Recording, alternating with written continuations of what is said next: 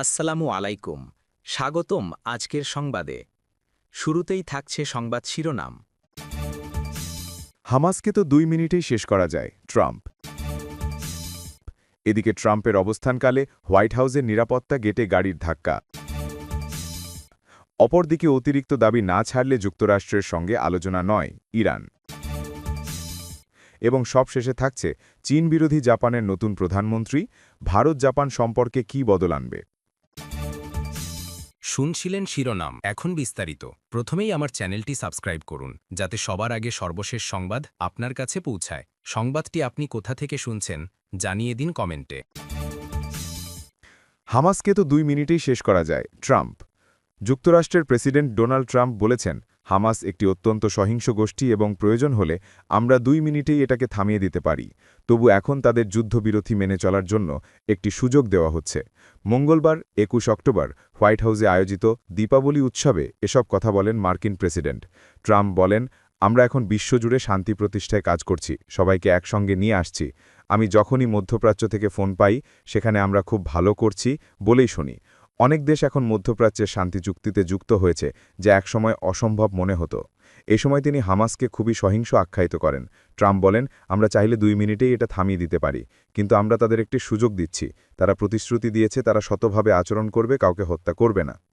একই সঙ্গে ট্রাম্প সতর্ক করে বলেন, যদি হামাস চুক্তি ভঙ্গ করে তাহলে দ্রুত ও কঠোর ব্যবস্থা নেওয়া হবে। তিনি দাবি করেন, এখন মধ্যপ্রাচ্যে যে দেশগুলো একসময় একে অপরকে ঘৃণা করত, তারা এখন বন্ধুত্বপূর্ণ সম্পর্ক গড়ে তুলছে এবং ইতিহাসে এমন দৃশ্য বিরল। এর আগে ট্রাম্প তার সোশ্যাল মিডিয়া প্ল্যাটফর্মে ট্রুথ সোশ্যালে লিখেছিলেন, যদি হামাস প্রতিশ্রুতি ভঙ্গ করে তাহলে তাদের পরিণতি হবে দ্রুত, কঠোর ও নির্মম। তিনি আরও বলেন, মধ্যপ্রাচ্যের বিভিন্ন দেশ যারা এখন যুক্তরাষ্ট্রের ঘনিষ্ঠ মিত্র, তারা চুক্তি ভাঙলে গাজার দিকে প্রবেশ করে কঠোর ব্যবস্থা নিতে প্রস্তুত। কিন্তু এখনই নয়, এখনও আশা আছে হামাস সঠিক কাজ করবে। ট্রাম্পের এই মন্তব্যগুলো এমন সময় এসেছে যখন তিনি মধ্যস্থতা করে গাজা যুদ্ধে যুদ্ধবিরতি ও বন্দি মুক্তির একটি চুক্তিতে ভূমিকা রেখেছেন এবং সেসব চুক্তি বাস্তবায়নে চাপ প্রয়োগ করছেন। বিদেশি গণমাধ্যমগুলোর উপর ভিত্তি করে বলা হচ্ছে, তিনি হামাসকে সমর্থন না করে নিরস্ত্রীকরণে জোর দিচ্ছেন, প্রয়োজন হলে শক্তি প্রয়োগেরও হুমকি দিয়েছেন।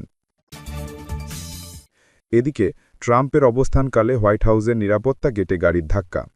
এক ব্যক্তি মঙ্গলবার রাতে গাড়ি চালিয়ে হোয়াইট হাউসের বাইরের একটি নিরাপত্তা গেটে আঘাত করেছেন বলে জানিয়েছে সিক্রেট সার্ভিস। সংস্থাটি নিশ্চিত করেছে, হোয়াইট হাউস চত্বরে প্রেসিডেন্ট ডোনাল্ড ট্রাম্প উপস্থিত থাকলেও তার কোনো বিপদ হয়নি এবং হামলাকারী ব্যক্তিকে গ্রেফতার করা হয়েছে। সিক্রেট সার্ভিস জানায়, স্থানীয় সময় রাত প্রায় 10:30টায় লোকটি 17 এবং ই স্ট্রিটের কোণে একটি ব্যারিয়ারে তার গাড়িটি নিয়ে আঘাত করে। সরকারি নথি অনুযায়ী গাড়িটি ছিল মেরিল্যান্ড লাইসেন্স প্লেট সহ একটি 2010 আকুরা টিএসএক্স। সিক্রেট সার্ভিস তাৎক্ষণিকভাবে চালকের সম্পর্কে কোনো বিস্তারিত তথ্য প্রকাশ করেনি। হামলাটি ইচ্ছাকৃত ছিল কিনা বা কেন চালক হোয়াইট হাউসের দিকে এগিয়ে যাচ্ছিলেন তা জানা যায়নি। সিক্রেট সার্ভিস জানিয়েছে, ঘটনার সময় ট্রাম্প হোয়াইট হাউসে ছিলেন। হোয়াইট হাউস লকডাউন করা না হলেও পুলিশ গাড়িটি সরিয়ে না নেওয়া পর্যন্ত গেটের দিকে যাওয়ার রাস্তাটি বন্ধ থাকবে বলে সিক্রেট সার্ভিস জানিয়েছে। হোয়াইট হাউস এই সপ্তাহ বিশেষভাবে সবার মনোযোগের কেন্দ্রে থাকছে, কারণ এখানে ইস্ট উইং ভেঙে একটি নতুন বলরুম তৈরির কাজ চলছে। সাম্প্রতিক বছরগুলোতে হোয়াইট হাউসের গেটে আরও কয়েকটি গাড়ি দুর্ঘটনা ঘটেছে। এর মধ্যে 2024 সালের মে মাসে একটি এবং একই বছরের জানুয়ারি মাসে আরেকটি হয়েছে। 2023 সালের মে মাসে এক ড্রাইভার একটি ভাড়া করা ইউ-হল ট্রাক নিয়ে গেটে আঘাত করেন এবং পরে কর্তৃপক্ষের কাছে দাবি করেন তিনি প্রাক্তন প্রেসিডেন্ট জোসেফ আর বাইডেনকে হত্যার পরিকল্পনা করেছিলেন। 1990 সালের দশক থেকে যানবাহন এবং পথচারীদের জন্য হোয়াইট হাউসের আশেপাশের রাস্তায় প্রবেশাধিকার সীমাবদ্ধ করার প্রচেষ্টা সত্ত্বেও এসব ঘটনা ঘটছে। ওকলাহোমা সিটিতে একটি ফেডারাল ভবনে বোমা হামলার পর 1995 সাল থেকে ট্রেজারি ডিপার্টমেন্ট, হোয়াইট হাউস এবং আইজেনহাওয়ার এক্সিকিউটিভ অফিসের বিল্ডিংয়ের সামনের পেনসিলভেনিয়া অ্যাভিনিউতে গাড়ি চলাচল বন্ধ করে দেওয়া হয়েছিল। এর আগেও সুরক্ষা লঙ্ঘনের ঘটনা ঘটেছে। 1994 সালে প্রেসিডেন্ট বিল ক্লিন্টন ভবনের আবাসিক অংশে থাকাকালীন একজন বন্দুকধারী গুলি চালিয়ে হোয়াইট হাউসের একটি জানালায় আঘাত করতে সক্ষম হয়েছিলেন। 2015 সালের প্রেসিডেন্ট বারাক ওবামা এবং তার পরিবার থ্যাঙ্কসগিভিং উদযাপন করার সময় এক ব্যক্তি বেড়া টপকে ভিতরে প্রবেশ করেন। এছাড়া গত বছর ট্রাম্পের উপর 2টি হত্যা চেষ্টা সহ 2 দলের প্রধান ব্যক্তিদের উপর সাম্প্রতিক উচ্চ পর্যায়ের হামলার পর রাজনৈতিকদের নিরাপত্তা আবারও আলোচনার কেন্দ্রে এসেছে। এই বছরের শুরুতে মিনেসোটা ডেমোক্র্যাটিক রাজ্য আইন সভাপতি মেলিসা হটম্যান নিহত হন। কর্তৃপক্ষ এই ঘটনাকে রাজনৈতিক হত্যাকাণ্ড বলে বর্ণনা করেছেন। গত মাসে ট্রাম্পের সহযোগী চার্লি কার্ক ইউটাহার একটি বিশ্ববিদ্যালয়ের ক্যাম্পাসে গুলিবিদ্ধ হয়ে নিহত হন। অপরদিকে অতিরিক্ত দাবি না ছাড়লে যুক্তরাষ্ট্রের সঙ্গে আলোচনা নয় ইরানের পররাষ্ট্রমন্ত্রী আব্বাস আরাকচি বলেছেন, যুক্তরাষ্ট্র যতদিন না তার অতিরিক্ত দাবি থেকে সরে আসছে ততদিন তেহরান আলোচনার টেবিলে ফিরে আসবে না। বুধবার মসরিদে পৌঁছে সাংবাদিকদের সঙ্গে কথা বলার সময় আরাকচি বলেন, মার্কিন বৈদেশিক মন্ত্রণালয়ের অবাস্তব ও অতিরিক্ত দাবির কারণেই আগের আলোচনাগুলো বন্ধ হয়ে যায় এবং এগোয়নি। বৃহস্পতিবার 22 অক্টোবর এক প্রতিবেদনে খবর দিয়েছে মেহের নিউজ। তিনি স্পষ্টভাবে জানান, যতদিন আমেরিকা তার অযৌক্তিক অবস্থান ধরে রাখবে এবং অতিরিক্ত দাবি জানাতে থাকবে ততদিন ইরান কোনো নতুন আলোচনায় অংশ নেবে না। এর আগে 23 সেপ্টেম্বর ইরানের সর্বোচ্চ নেতা আয়াতুল্লাহ আলী খামেহি বলেন, যুক্তরাষ্ট্রের সঙ্গে আলোচনা নিরর্থক, কারণ তারা আগেই নিজেদের কাঙ্ক্ষিত ফলাফল নির্ধারণ করে রাখে। খামেহি বলেন, এমন আলোচনায় অংশগ্রহণ করা মানে তাদের চাপ ও নির্দেশ মেনে নেওয়া। এখন তারা বলছে সমৃদ্ধিকরণ বন্ধ করতে হবে। আবার কিছুদিন আগে তাদের এক বৈদেশিক কর্মকর্তা বলেছে, ইরানের মাঝারি বা স্বল্প পাল্লার মিসাইলও থাকা উচিত নয়, অর্থাৎ ইরানকে এমনভাবে বেঁধে রাখা যেন আক্রমণের শিকার হলেও প্রতিরোধ করতে না পারে। এবং সবশেষে থাকছে চীন বিরোধী জাপানের নতুন প্রধানমন্ত্রী ভারত জাপান সম্পর্কে কি বদল আনবে। জাপানের কঠোর রক্ষণশীল রাজনীতিবিদ সানায়া তাকেইচি দেশের প্রথম নারী প্রধানমন্ত্রী নির্বাচিত হয়েছেন।